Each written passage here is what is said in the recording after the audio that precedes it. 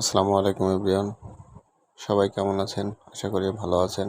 আজকে আমরা চলে এসেছি সেই কক্সবাজারের বিখ্যাত উখিয়া থানার রোহিঙ্গা ক্যাম্প এলাকায়।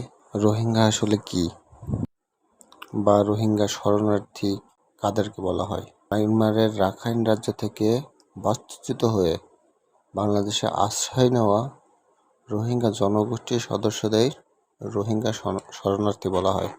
বর্তমানে প্রায় 10 লক্ষ রোহিঙ্গা শরণার্থী এই কক্সবাজার উখিয়া উপজেলায় রোহিঙ্গা ক্যাম্পে অবস্থান করছেন।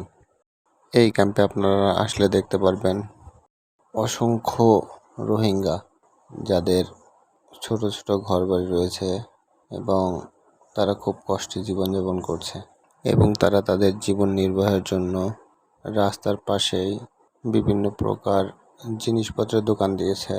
আপনারা এই রোহিঙ্গা মার্কেটে আসলে সব কিছুই আপনারা পেয়ে যাবেন। নিত্য প্রয়োজনীয় জিনিসপত্র, বাচ্চাদের পড়ালেখার জন্য বই পুস্তক ও নিত্য প্রয়োজনীয় জিনিসপত্র।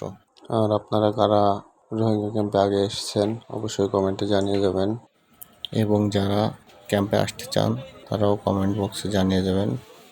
এবং ভিডিওটি ভালো লাগলে অবশ্যই লাইক কমেন্ট করে পাশে থাকবেন। ধন্যবাদ।